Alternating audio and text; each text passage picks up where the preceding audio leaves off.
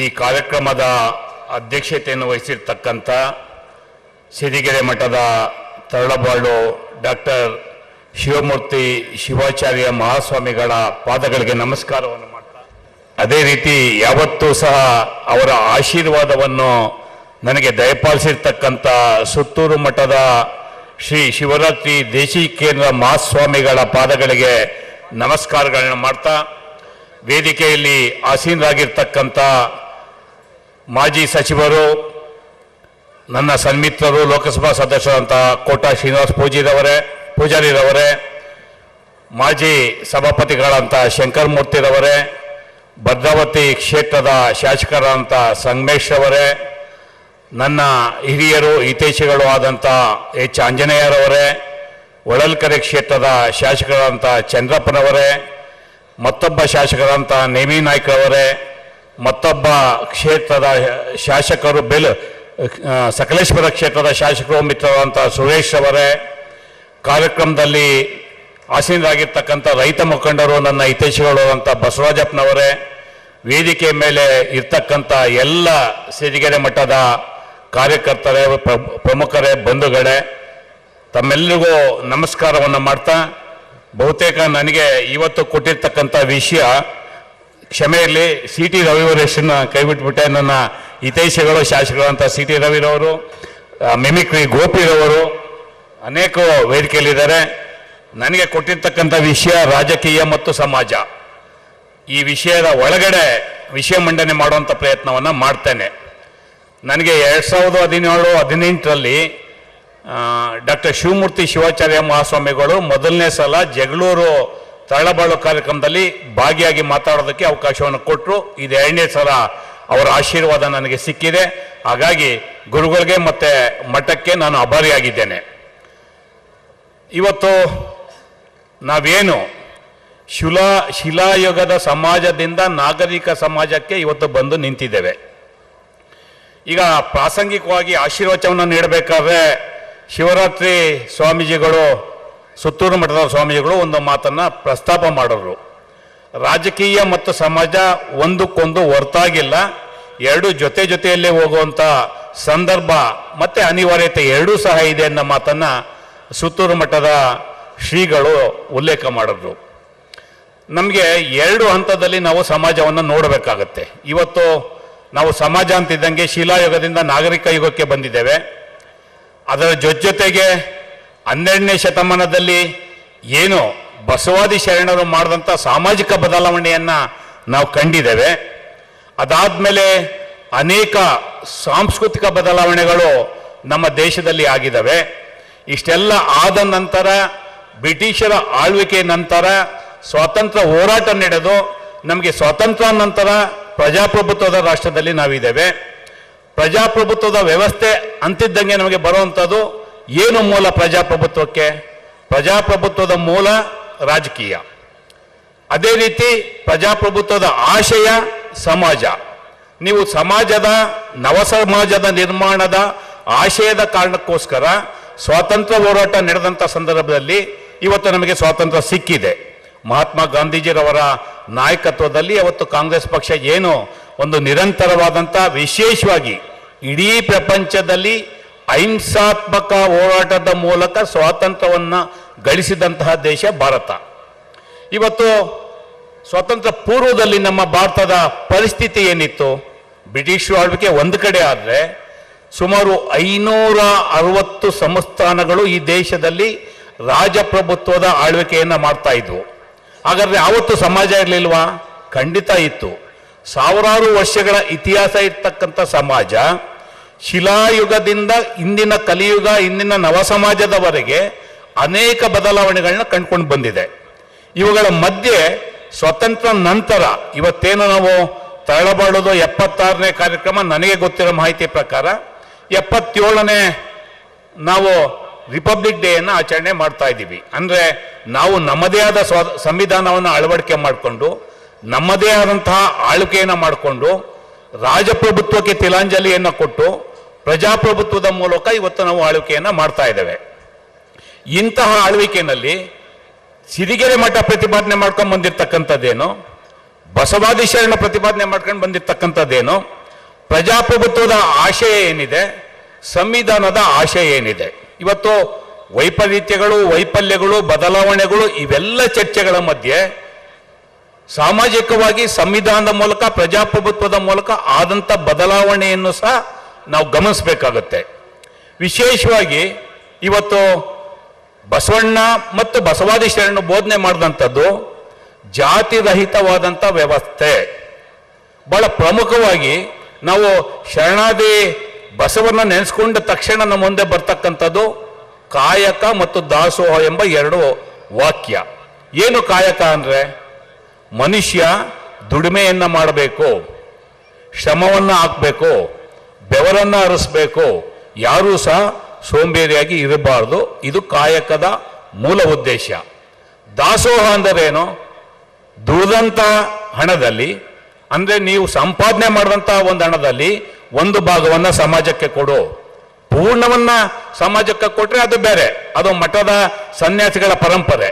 ಆದರೆ ಪ್ರತಿಯೊಬ್ಬ ಮನುಷ್ಯ ಸಾಮಾಜಿಕ ಬದಲಾವಣೆಗೆ ತನ್ನದೇ ಆದಂಥ ಕೊಡುಗೆಯನ್ನು ಕೊಡಬೇಕು ಅನ್ನೋ ಕಾರಣಕ್ಕೋಸ್ಕರ ದಾಸೋಹ ಪದ್ಧತಿಯನ್ನ ಶರಣಾದಿ ಬಸವರು 12ನೇ ಶತಮಾನದಲ್ಲಿ ಜಾರಿಗೆ ಕೊಟ್ಟರು.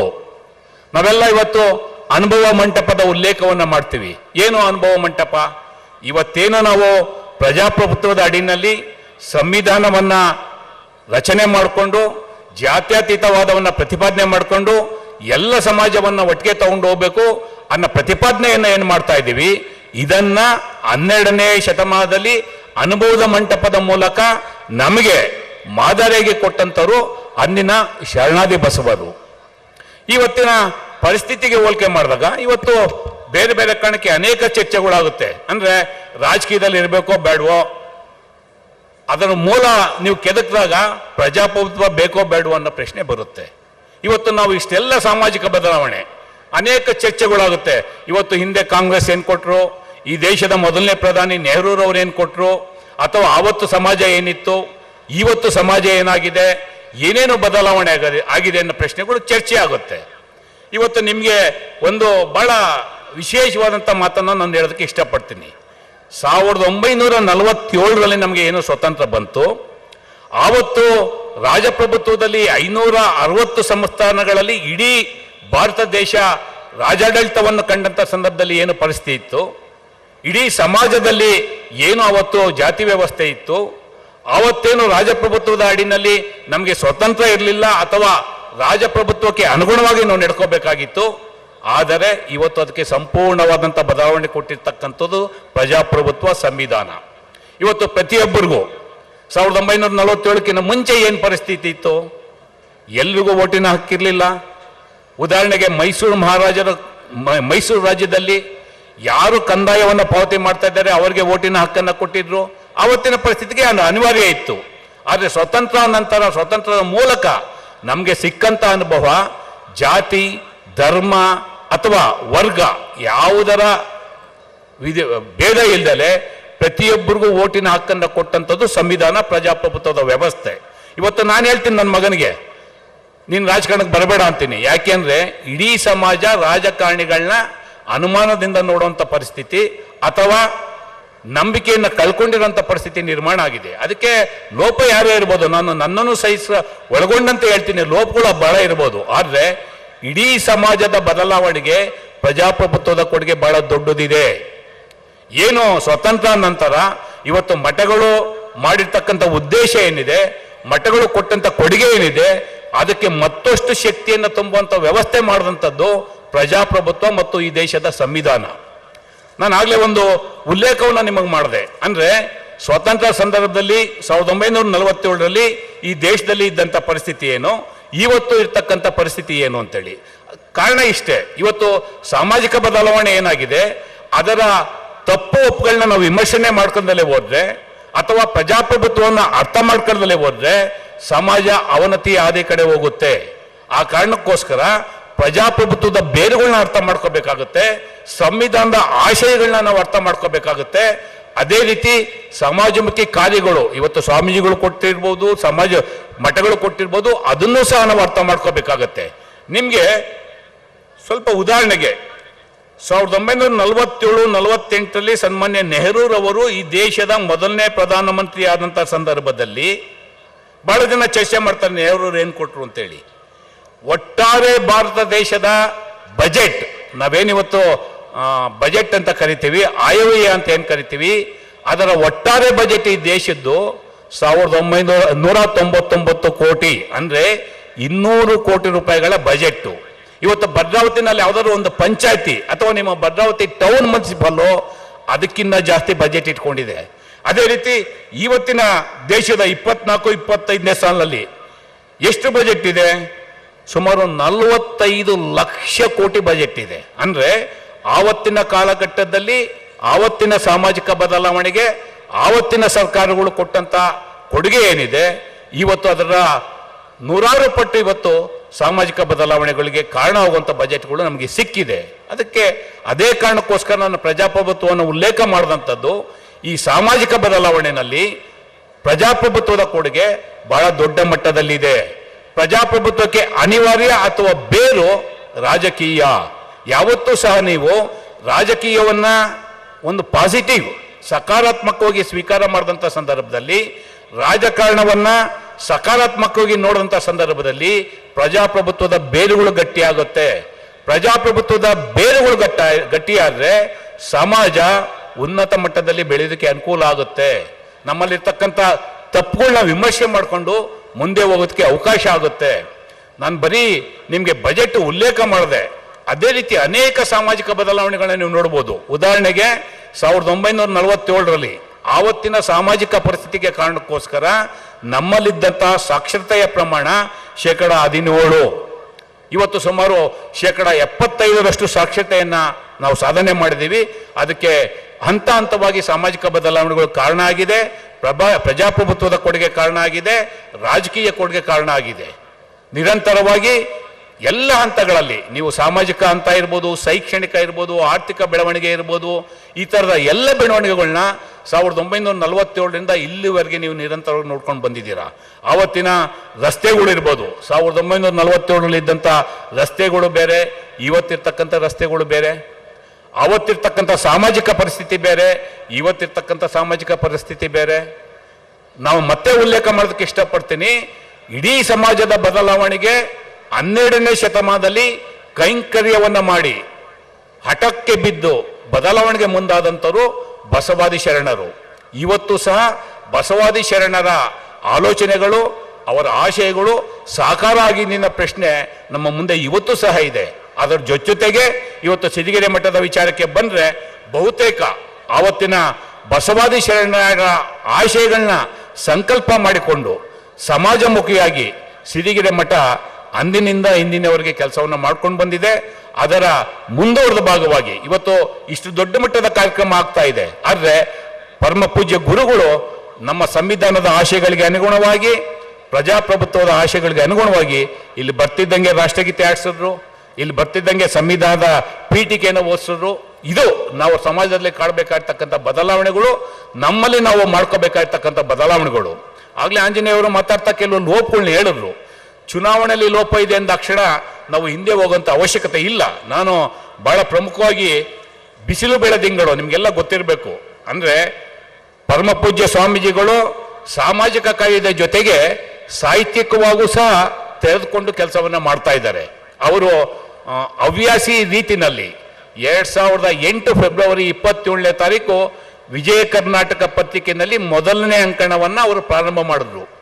ಅಲ್ಲಿಂದ ಇವತ್ತಿನವರೆಗೆ 100 ಅಂಕಣಗಳನ್ನ ಅವರು ಬರೆದಿದ್ದಾರೆ. ಆ ಅಂಕಣಗಳ ಜೊತೆಗೆ ಸಮಾಜಮುಖಿಯಾದಂಥ ಬದಲಾವಣೆಗಳು, ಕೆಲಸಗಳನ್ನು ಸಹ ಅವ್ರು ಮಾಡ್ಕೊಂಡು ಬಂದಿದ್ದಾರೆ.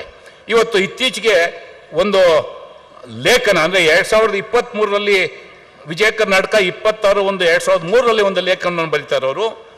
ಭೂ ಒಡೆಯನಾದ ರೈತನು ಕೈಗಾರಿಕೋದ್ಯಮಗಳ ಹಾಳಾಗದಿರಲಿ. ಇದು ಲೇಖನದ ಶೀರ್ಷಿಕೆ. ಲೇಖನದಲ್ಲಿ ಬಹಳಷ್ಟು ರೈತ ಈ ದೇಶಕ್ಕೆ ಹೆಂಗೆ ಬೆನ್ನೆಲುಬು, ಯಾವ ರೀತಿ ರೈತನ ನಾವು ಉಪಯೋಗಿಸ್ಕೋಬೇಕು, ರೈತನ ಕೊಡುಗೆ ಏನು ಈ ದೇಶಕ್ಕೆ, ಇವೆಲ್ಲವನ್ನು ಉಲ್ಲೇಖ ಮಾಡ್ತಾ ಈ ದೇಶದ ಸಂವಿಧಾನದ ಬಗ್ಗೆ ಒಂದು ಪದವನ್ನು ಅವರು ಉಲ್ಲೇಖ ಮಾಡ್ತಾರೆ. ಅವರು ವಿದೇಶ ಪ್ರವಾಸಕ್ಕೆ ಹೋದಂಥ ಸಂದರ್ಭದಲ್ಲಿ ಅಲ್ಲಿ ವಿದೇಶದ ಒಬ್ಬ ಅಧಿಕಾರಿಯ ಜೊತೆ ಅವರು ಅವ್ರ ಜೊತೆ ಮಾತುಕತೆ ಮಾಡಿದಂಥ ಸಂದರ್ಭದಲ್ಲಿ ಆದಂಥ ಒಂದು ಕೆಲವು ಘಟನೆಗಳನ್ನ ಉಲ್ಲೇಖ ಮಾಡಿ ಅಂಬೇಡ್ಕರ್ ಅವರ ಒಂದು ಮಾತನ್ನ ಉಲ್ಲೇಖ ಮಾಡ್ತಾರೆ. ಅದು ಇವತ್ತಿಗೂ ಸಹ ಪ್ರಸ್ತುತ ಮತ್ತು ಸಮಂಜಸ. ಅಂಬೇಡ್ಕರ್ ಅವರು ಹೇಳಿದಂಥ ಕೋಟನ್ನು ತಮಗೆ ಹೇಳಿ ನಾನು ಕನ್ಕ್ಲೂಷನ್ಗೆ ಬರ್ತೇನೆ. ಡಾಕ್ಟರ್ ಅಂಬೇಡ್ಕರ್ ಅವರು ಒಮ್ಮೆ ಪೂನಾ ಬಾಂಡರ್ಕರ್ ಸಂಸ್ಥೆಯಲ್ಲಿ ನಡೆದ ಸಭೆಯಲ್ಲಿ ಒಂದು ಪ್ರಶ್ನೆಯನ್ನು ಕೇಳಲಾಯಿತಂತೆ. ನಮ್ಮ ಸಂವಿಧಾನವು ಸರಿಯಿಲ್ಲವೆಂದು ಕಂಡು ಬಂದರೆ ಮತ್ತೊಂದು ಸಂವಿಧಾನವನ್ನು ರಚಿಸಬಹುದೇ? ಅದಕ್ಕೆ ಅಂಬೇಡ್ಕರ್ ಅವರು ಕೊಟ್ಟ ಉತ್ತರ, A worst constitution with A best people will work the best and the best constitution with the worst people will fall down on its own like A pack of cards.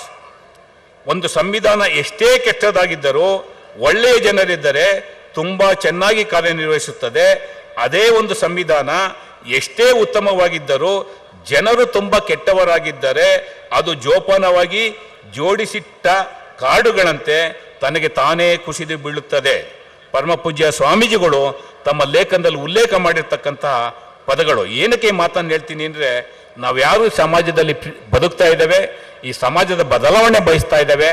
ನಾವು ರಾಜಕೀಯವನ್ನು ಪ್ರೀತಿ ಮಾಡಬೇಕಾಗುತ್ತೆ, ಪ್ರಜಾಪ್ರಭುತ್ವವನ್ನು ಪ್ರೀತಿ ಮಾಡಬೇಕಾಗುತ್ತೆ, ಸಂವಿಧಾನವನ್ನು ಗೌರವಿಸಬೇಕಾಗುತ್ತೆ. ಆಗ ಮಾತ್ರ ಸಂವಿಧಾನದ ಆಶಯಗಳಿಗೆ, ಪ್ರಜಾಪ್ರಭುತ್ವದ ಆಶಯಗಳಿಗೆ ಗೌರವ ಸಿಗುತ್ತೆ. ಇವತ್ತೇನು ಸಾಮಾಜಿಕ ಬದಲಾವಣೆ ಆಯಾ ಕಾಲಘಟ್ಟಕ್ಕೆ ನಾವೆಲ್ಲ ನೋಡ್ಕೊಂಡು ಬಂದಿದ್ದೇವೆ. ಇವತ್ತು ಅನೇಕ ಮಹನೀಯರು ನಮ್ಮ ದೇಶಕ್ಕೆ ಸ್ವಾತಂತ್ರ್ಯವನ್ನು ತಂದು ಕೊಟ್ಟಿದ್ದಾರೆ. ನಾವು ಪ್ರಜಾಪ್ರಭುತ್ವದ ವ್ಯವಸ್ಥೆಯಲ್ಲಿ ಬದುಕ್ತಾ ಇದ್ದೇವೆ. ಈ ಪ್ರಜಾಪ್ರಭುತ್ವದ ಮೌಲ್ಯಗಳಿಗೆ ನಾವು ಗೌರವವನ್ನು ಕೊಡಬೇಕಾದ್ರೆ ನಾವು ರಾಜಕಾರಣವನ್ನು ಸ್ವೀಕಾರ ಮಾಡಬೇಕಾಗುತ್ತೆ. ಪ್ರಜಾಪ್ರಭುತ್ವದ ಬೇರುಗಳು ನಿಂತಿರ್ತಕ್ಕಂಥದ್ದು ರಾಜಕಾರಣದಲ್ಲಿ. ರಾಜಕಾರಣಗಳ ಪ್ರಜಾಪ್ರಭುತ್ವದ ಬೇರುಗಳು ಗಟ್ಟಿಯಾದರೆ ಸಮಾಜದ ಬೇರುಗಳು ಗಟ್ಟಿಯಾಗುತ್ತೆ. ಆ ಮೂಲಕ ಸಮಾಜ ಉನ್ನತ ಸ್ಥಾನಕ್ಕೆ ಹೋಗುತ್ತೆ ಅನ್ನೋ ಮಾತನ್ನು ಹೇಳ್ತಾ, ಇವತ್ತೇನು ಈ ಕಾರ್ಯಕ್ರಮದಲ್ಲಿ ನಿಮ್ಮ ಜೊತೆ ನನ್ನ ಅಭಿಪ್ರಾಯಗಳನ್ನ ಹಂಚಿಕೆ ಮಾಡ್ಕೊಳ್ಳೋದಕ್ಕೆ ಅವಕಾಶ ಕೊಟ್ಟಂತಹ ಪರಮ ಪೂಜ್ಯರಿಗೆ, ಸಿರಿಗೆರೆ ಮಠಕ್ಕೆ ವಂದನೆಗಳೇ ಅರ್ಪಿಸ್ತಾ, ಯಾಕೆಂದರೆ ಅವ್ರಿಗೆ ನನಗೆ ಕೊಟ್ಟಿರ್ತಕ್ಕಂಥದ್ದು 20 ನಿಮಿಷ ಕಾಲಾವಕಾಶ. ಬಹುತೇಕ ಆ ಕಾಲಾವಕಾಶದಲ್ಲಿ ನನ್ನ ಅಭಿಪ್ರಾಯವನ್ನು ಮಂಡಿಸಿದೆ ಅಂತ ತಿಳ್ಕೊತೇನೆ. ತಮ್ಮೆಲ್ಲರಿಗೂ ಒಳ್ಳೆಯದಾಗಲಿ. ಈ ಸಮಾಜ ಇನ್ನಷ್ಟು ಎತ್ತರಕ್ಕೆ ಬೆಳೀಲಿ. ಬಸವಾದಿ ಶರಣರ ಆಶಯಗಳು ಇವತ್ತು ಸಹ ಪ್ರಸ್ತುತವಾಗಿ ಪ್ರಜಾಪ್ರಭುತ್ವದ ಮೂಲಕ, ಸಂವಿಧಾನದ ಆಶಯ ಮೂಲಕ ಜಾರಿಯಾಗಲಿ ಅಂತೇಳಿ ವಂದಿಸಿ ತಮ್ಮೆಲ್ಲರಿಗೂ ಮನಸ್ಸಿ ನನ್ನ ಮಾತು ಮುಗಿಸ್ತೇನೆ. ಜೈ ಹಿಂದ್, ಜೈ ಕರ್ನಾಟಕ.